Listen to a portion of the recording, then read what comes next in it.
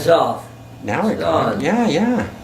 Rocking. Good. Thank you. All right, the little red light has to be on, but it's Yeah, well, yeah, the little red light tells us a good thing because it tells us that we're, just like our TV. yeah. Whew, I almost have to sponge off after my walk. We can arrange a shower. More outside. So I know about you only because Ken sent me an email. When did you send me an email? A couple of months ago? After your article was in the Globe Oh, about yeah, the two yeah. the marathon That's runners. right, yeah. Are you a runner yourself, Ken? There's Just on the Gazette. treadmill. And the top Gazette is my wife. Ah, yes. Look at that. Huh. She's a beautiful girl. Yeah. And then there's the article about my father that was in the Close to Gazette. 73 years. Wow. A wonderful. Super seniors. Okay, wow. But she was 10 That's years younger Angie. than That's I. Angie's study. How long ago was that one? That was a couple years ago. I've been here slightly over 5 years. Yeah. Yeah, I well, lost my wife. yeah. After you lost her, you came here?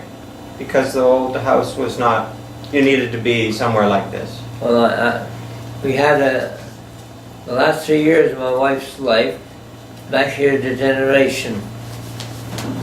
She had been writing, lecturing. Yeah, We married when she finished her 3rd year at McGill. yeah. I graduated in dentistry in 1936. Oh, My oldest brother was a dentist, so that influence grew on me. yeah. But I didn't want to practice general dentistry. I wanted oral surgery and pathology. So when I graduated, I happened to win the gold medal. You happen to. The clinic was at the old Montreal General, which is below St. Catherine Street, east of St. Lawrence. Mm-hmm. A big, nice, gray building, Mm-hmm. which went to the Catholic clergy after, without me getting ahead. Anyhow, I was given the residency at the Montreal Journal after I graduated because I was a top scholar. When I finished a year's residency, I applied to the University of Chicago. They had fellowships, oral surgery and pathology, which is what I was looking for. And I was awarded a fellowship on account of my standing. That was 1937. So off I went. My wife was at McGill. In those days, 21 was the age of majority. She was only 19. I came back from vacation in 1937. I said, I'm in Chicago, you're here. This is no good. We've got to do something about it. Mm-hmm. So I told her we have to get married. 21 was the age of majority. She was only 19. She couldn't sign. Her parents had to sign. I said, Pop, Mom, you're in such a rush to sign, you can't change your mind, you almost tripped. We had a good laugh. They were nice people. Anyhow, we married. She took her senior year at Chicago. Picture on the wall over my desk. When she was 19, we married, blonde and blue-eyed, and a graduation cap. They're sitting, so I see them all day when I'm at my desk, where I spend most of my time. Busy. Well, we'll follow up on that, but carry on this story, yeah. Anyhow, she took her senior year there. The fellowship was for 3 years. Mm-hmm. My wife had an older brother, and 2 younger sisters, twins, but there were no grandchildren in the family. I came home in 1937 on vacation. As I said, we have to do something about it. We married. She took her senior year in Chicago, and we went back. There were no air flights in those days. You had to travel by train. Mm-hmm. It was a long trip. Mm-hmm. Long trip. We came back every summer for vacation. Oh, I didn't tell you how we met, huh? No. Oh, that's the most important part of all. Okay. We had a cottage in Valmorin in the Laurentians, and Ella's family had a cottage in Valmorin. She has an older brother at McGill. I knew who he was. We just enough to say hello. I knew she was his sister. So I played hockey at McGill. Oh. Goalie in those days with no mask and all that, you know. So I knew who she was when I saw her, huh? Mm. So one day, I knew on the Fridays when all the mamas are busy, I put on my McGill sweater, hockey sweater, and went down to the beach. There she was. Introduced myself. The sweater impressed her. She had just finished grade 10 in high school. We had a chat. She wasn't the childish type of, I would have said hello and goodbye. Mm-hmm. And to her intelligent individual, man. And that was a summer romance that didn't fade out at the end of the summer. Mm. Endless summer. We became close friends. Mm-hmm. Even though she was quite a bit younger, but a very intelligent girl. Mm-hmm. So when I came back, first vacation from Chicago, I said we have to do something. We married. Off we went back to Chicago. She took her senior year there. We came back for vacation every summer. My folks were gone at this time, but her folks were still around.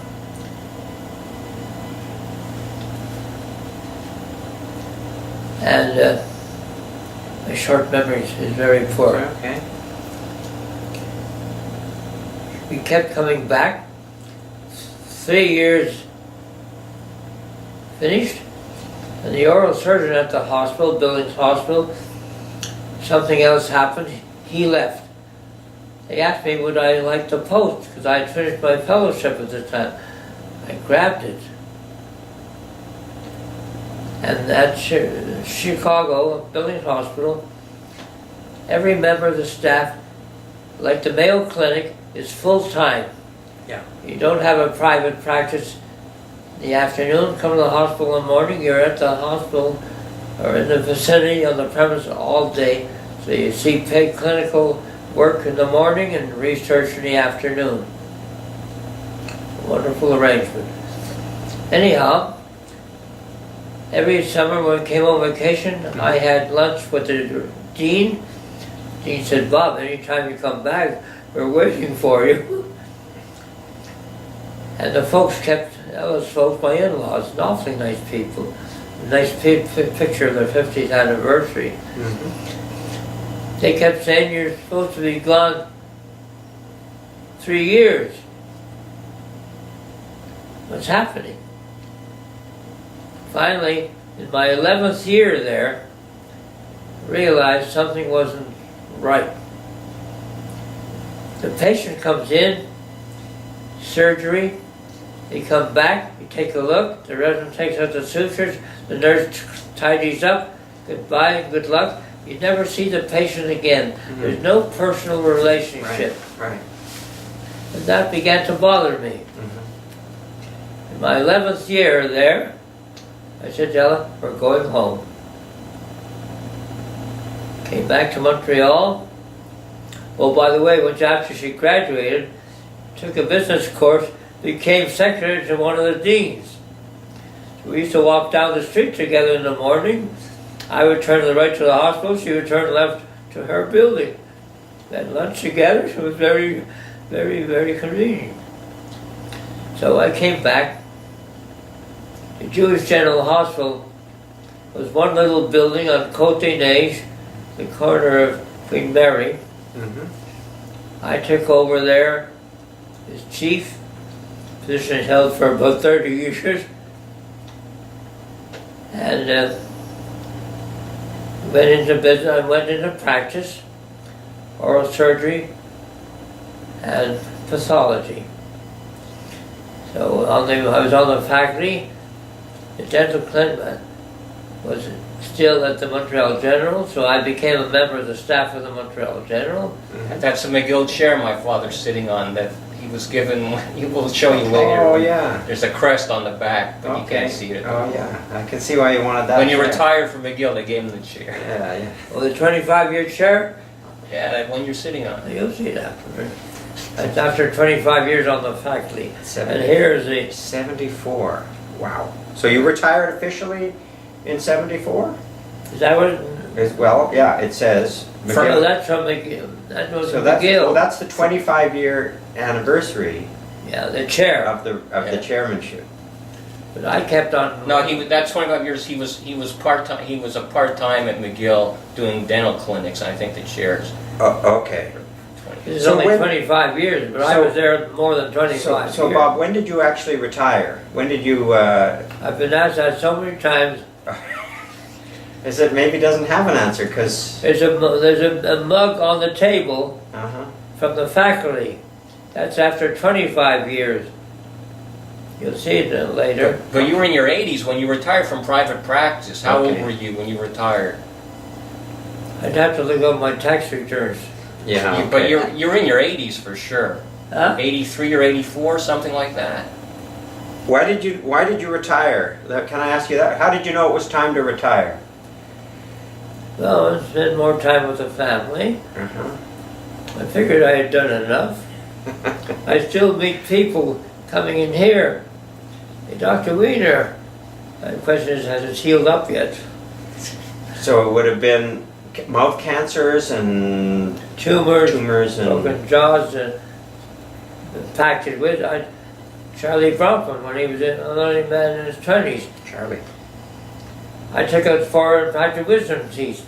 Really? He was working at Seagram's at that time. Uh-huh. He'd gone to college in Toronto, but he's a young man in his 20s. One day, shortly after he healed up, he calls me. He says, there'll be an envelope in the mail for you. He says, not a mistake. Season ticket, Alouettes. Oh. I was thinking it might be the Those Habs. days, Echeverry was the quarterback. Mm. P. Ed Walker was the coach. And somebody came in and bought the team. I forget his name.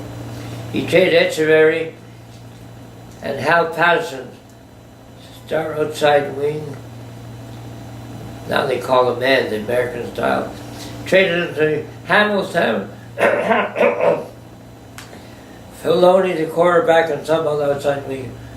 When that happened, we gave up our season tickets. Oh.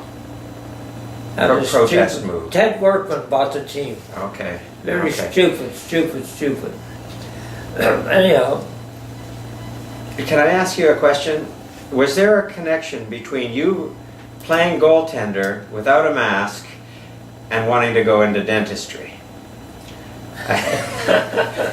Did you lose some teeth playing goalie and think, I was lost an eye when I did you? got hit with the puck right here. Yeah, yeah. So what made you want to go into a dentist, to this kind of medicine? I think it was, when I was a teenager, Mm-hmm. I used to spend some time hanging around my brother's office. His older I think brother was a That dentist. is, he was a dentist. This was the brother who lived to what? No, No, another brother. Oh, okay. How many brothers did you have? He was the second. 3 brothers, 3 sisters. I was the youngest of 7. Okay. He was the second oldest, next to my sister. Yeah. What was his name, Bob? Judah. Biblical name, Judah. Judah. J-U-D-A-H. J-U-D-A-H. Mm-hmm. So, sorry, I didn't mean to derail you. So he was a dentist. My children needed a filling, they went to their uncle. Uh-huh. So did all the family. Free dentistry. Uh-huh. His fillings are still in my mouth. Right. His son, his one and only child's son, Uh-huh. is a dentist. In the 60s. But all the young people, when we had the referendum, Mm-hmm. all the young people went down the 401. Mm-hmm. He went to Florida. He called me every week or two. He's the only child. He felt he was a wiener. His mother's side, there was nobody there at all. He comes up periodically, visit. We always have lunch. He calls me every 10 days or so. Mm-hmm. Wonderful boy, a little older than Ken. He's older than you, Ken. Yeah, a few years. Yeah. He practiced 3 days a week. Endodontics, root canal as we used to call it. Yeah. When he graduated McGill, he went off to Boston Dental School for 2 years, took Yeah. endodontics. In the old days, the dentist had to work with little hand instruments. Took 3 days, 3 appointments. With the mechanical gadget, they do it in 1 hour. Yeah. They get paid a higher fee than a neurosurgeon, Is that right? Yeah. $1,000. Yeah. Yeah. So he's an awfully nice boy, awfully nice boy. Yeah. But you used to hang around Judah's office. Huh? You used to hang around Judah's office. Oh yeah. So you wanted to be like him a little bit, or you thought this was a good way to make a living, or you kind of thought it's a practical thing, or did you just Well, like teeth? the finances never entered my mind. Yeah. I wanted to do oral surgery, pathology, and that's what I did. Yeah. In those days, for a simple extraction, and we did $25. Today it's over $100, but all expenses, Yeah. on Yeah. top, of course. How old did Judah live to? Judah was in his middle 80s Middle 80s. when he passed away. What did he die of? Cancer. Cancer. Cancer in the stomach. Uh-huh. I think it was too much red meat. Mm. When I moved in here, went on a so-called Mediterranean diet. Uh-huh. Fish 4 times a week, salads, Mm-hmm. fruit. Occasionally, I will have roast beef occasionally. Mediterranean diet. And that's what they have, that's the plan here. And did that From agree the with menu, Yeah. we can pick it up. My father chooses it from the menu. Uh-huh, but they have an idea here about healthy options, kind of, eh? Like, I mean, if you wanted to eat rich food, could you get it? Yeah, I mean, they platter, have beef. I see. You get a sheet for the week, Yeah, okay. the menu. And the last 3 years, as I said, Ella had macular degeneration. Oh, look at this. My So father we had- chooses like he chooses We had a fish. yeah. housekeeper, middle-aged lady with a family here, from Jamaica. Mm-hmm. In Jamaica, everybody has a little garden, herbs and spices. Yeah. You take a handful and you put it in the pot, and it gets the food the most delightful flavor. Yeah. Here they can't do that. This food is very, very bland. But it's still good. It's very nice. Yeah, The food is I mean- good here. See, today, for lunch, Yeah. I'll have it. We're looking at pepper steak here. What was that for tonight? I eat the red meat maybe once a week. Okay, oh yeah, here. So sweet No, potato. I'm You got, very fond of shrimp. So I will have soup, yeah, I will have shrimp, gotcha. And then tonight, what'll you and I'll have? have a plate for both meals, Mm-hmm. fresh fruit, Yeah. and green tea is very beneficial now, so I'm on green tea. Green tea, But Maybe the- once in the The morning. staff know, for We example, have there's 2 exercise classes in the morning Okay, we'll get around to that. and 1 yoga. So before I go to those classes at 11 o'clock, I may have a cup of coffee. Right. But Wake me up. little coffee, yeah. Little tea, green tea. But otherwise, it's green tea now. And are you eating this way because it's healthy, or because that's what you now like to eat? The Mediterranean diet is healthy. Yeah. I want to live to an old age. Well, I think you're well on your way. Here are the weekly activities. Mm-hmm. Friday night, we used to have opera every Friday night till they ran out of the operas. So they have a movie, opera. We used to go to New York every December, Mhm. the Metropolitan Opera, the museum, Yeah. theater, and Bloomingdale for the grandchildren, New York City. Wow, not that far, I But guess. they ran out of operas, we haven't had any. Yeah. The lady in charge, I spoke to her, said maybe once a month you'll put on one of the old operas. Mm. I'm waiting for an opera once a month. Mm-hmm. I love opera, Mm-hmm. even though I Do you can't play sing. it in here? Do you play music? Is there a lot of music in your life?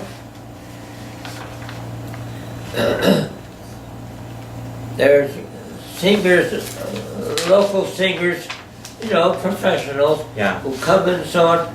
I never go to hear them. No. It has to be world class. Uh-huh.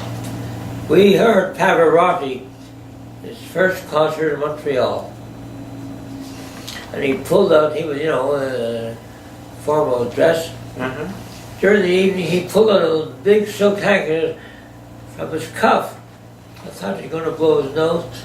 This is sort of a little trademark. Wherever he goes, whenever he performs, he has that big silk hanky in his cuff. What does that signal? That was just a little trademark. Okay. But he's one of the leading tenors in the world. Right. Opera, concert. That's the kind of music Yeah. I want to hear, not the locals. Okay. I respect them, they're earning a living, they're entertaining, Uh-huh. but I don't have to go hear them. Do you, did you sing or play an instrument in your day? I never had a It's voice. still your day, but, you know, earlier. But somebody loaned me a clarinet when I was a teenager. Uh-huh. I practiced on it, the neighbors complained, I gave it up. I wouldn't play baseball, tennis, Yeah. I played every sport. Yeah. Okay, good. Well, let's get back to the, okay, Yeah, I've got get a back little to- sense that you're a sporting guy, right from playing collegiate hockey, into all the other, Tennis, yeah, and, then golf, yeah, on the little table here, yeah. and in there, my old putter's there, but there's another putter. You know the hole, you a golfer? I used to play quite a bit as a teenager. You You know what a hole in one is? Yeah, yeah. Did you get one? And a par 3. Oh, My wife only did it once. I had the bragging rights. yeah. Well, it's very good. Most people never do that. We have a cottage up in the country. Yeah. You know St. Agathe? Not that well. Uh-huh. That's quite a community. Mm-hmm. We're 15 miles north, turned off the highway onto a private paved road, Yeah. a couple of miles, come to a small lake, no body of water flowing into it, it's spring fed, no dogs, it's all privately owned. One side of the lake belongs to one of the Molsons. Mhm. His concierge is at the far end of the lake. To get to Mr. Molson, you have to, and there's the mountain. On the other side of the mountain, Lake Archambault, where he has his home. The two sides of the lake belongs to Mr. Molson. At least did. And there's no dogs, no shampooing, no pollution of any kind. Yeah.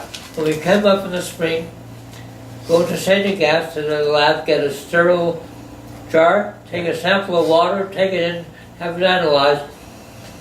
Every summer, the report came back, no bacteria, negative. We had a pump, it never went on.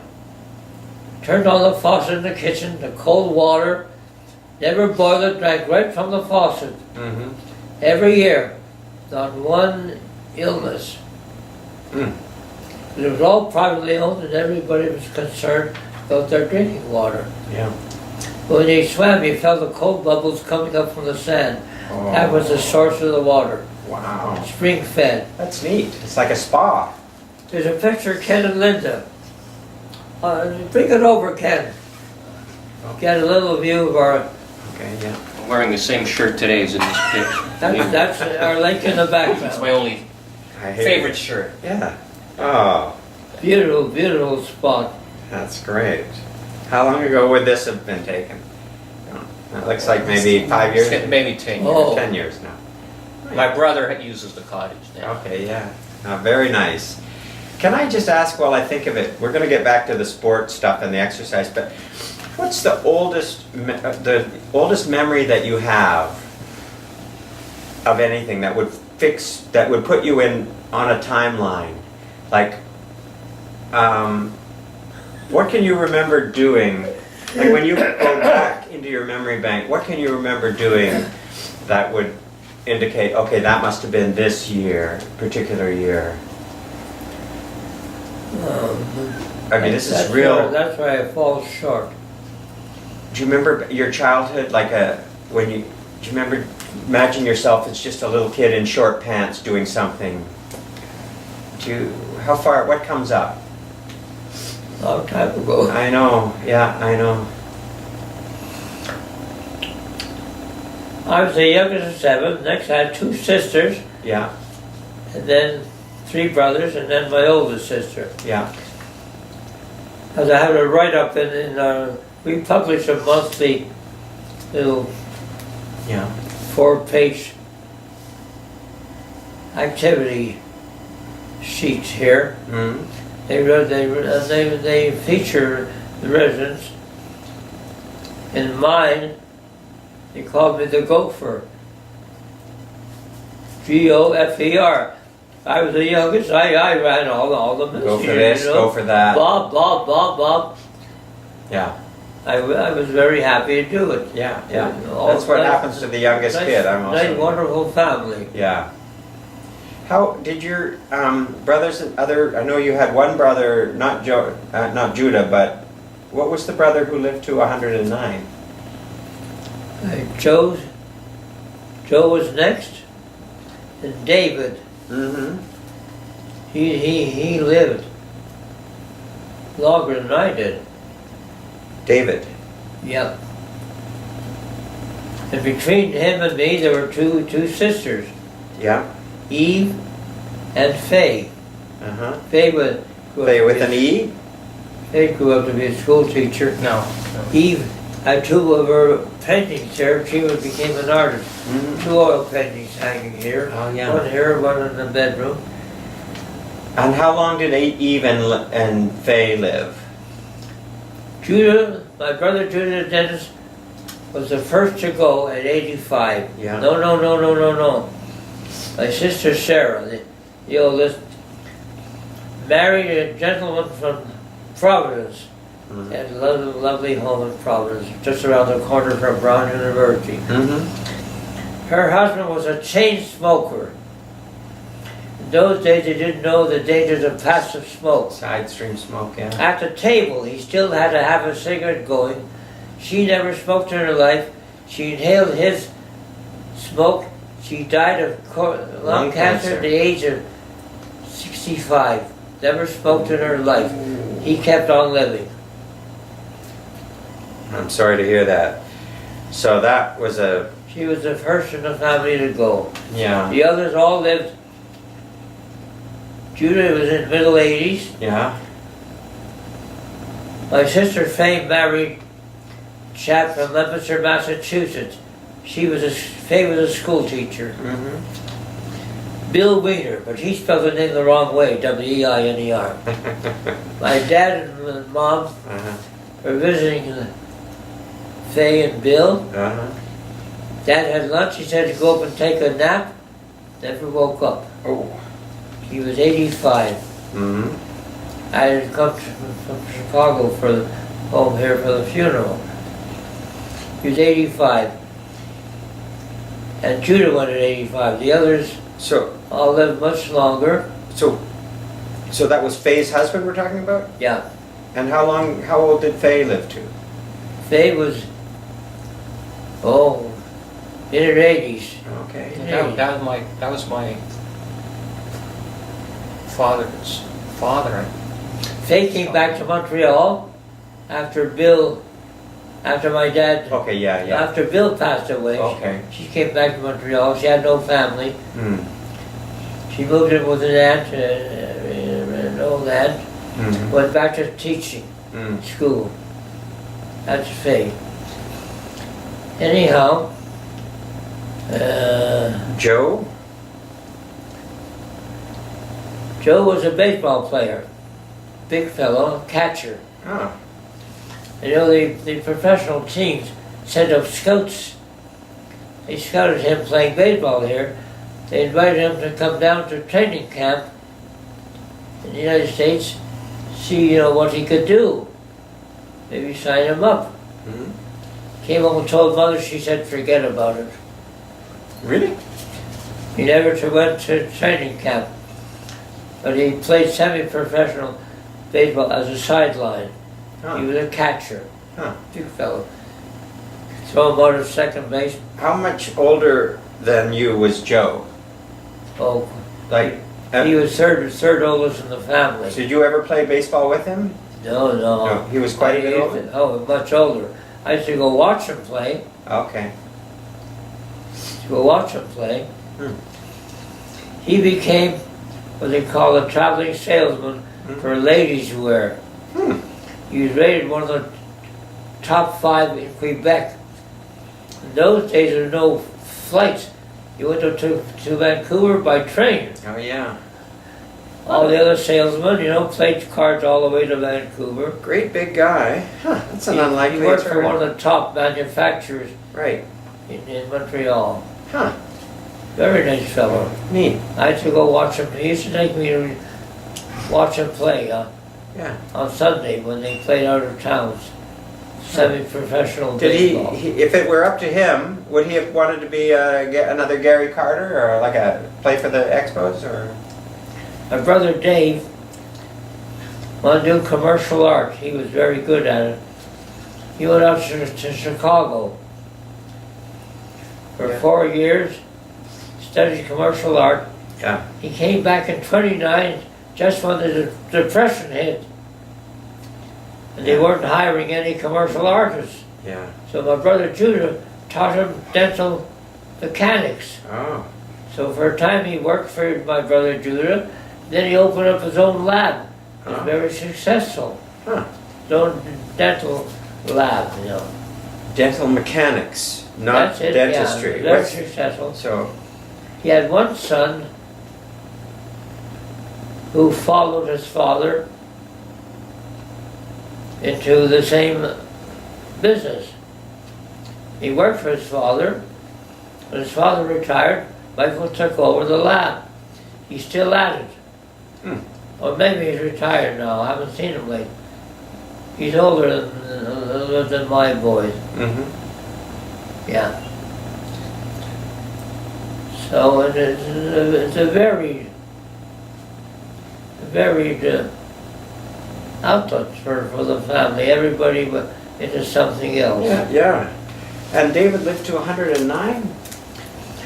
David was just short of 110, still using a treadmill every day. No. Just short of 110. Was he? After the clear blue sky developed leukemia. Oh, no. At his age, they didn't treat him for it. No. I saw him at home a week before he passed away in his own bed, no pain. Wow. Just short of 110. That would have made him maybe the oldest man in Canada? Probably. Well, Because oldest, there's 100. maybe the oldest in Montreal. I have Well, no idea. there's. Probably in Canada. Yeah, I think so. And that's remarkable then to have He two in the died family of this. just around the same time that Ella passed away. Now, Ella, my wife, Yeah, she was in good health, yeah, but she couldn't do any more housekeeping. And yeah. so we had a nice middle-aged lady from Jamaica with a family here. Yeah. She's coming every day. Yeah, She's the one who told us about the handful of herbs and spices in the food. yeah. Gave food delicious liver A new and lease on life. taste, and here they can't do it. Too Oh, many people. oh. So here the food is very bland, especially after 5 years. Yeah, We had supper one evening, on supper time. mm. Maxine put Ella to bed. In the morning she dressed her and I took a look at her. Her face was white. I said, "How do you feel?" She said, "Dizzy." I have the alarm care bracelet, which I wear at night here. I take it off in the daytime here, but at that time I had it on all the time. I called alarm care. Yeah. I said, "My wife not feeling well." At that time we sold our home. We're living across the street, Montreal General, in the big apartment building, Yeah. which was half empty at the time we moved in. Yeah. They had it across the street at Montreal General In about 15 minutes, doctor said she had a heart attack.